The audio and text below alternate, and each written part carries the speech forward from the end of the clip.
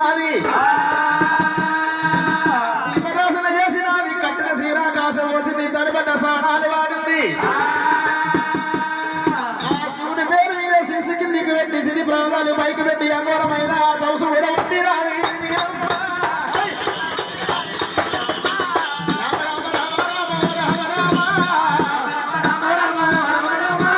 శివవేపు లోపల శివుని పేరు మీద కౌసు ఉంది రాదే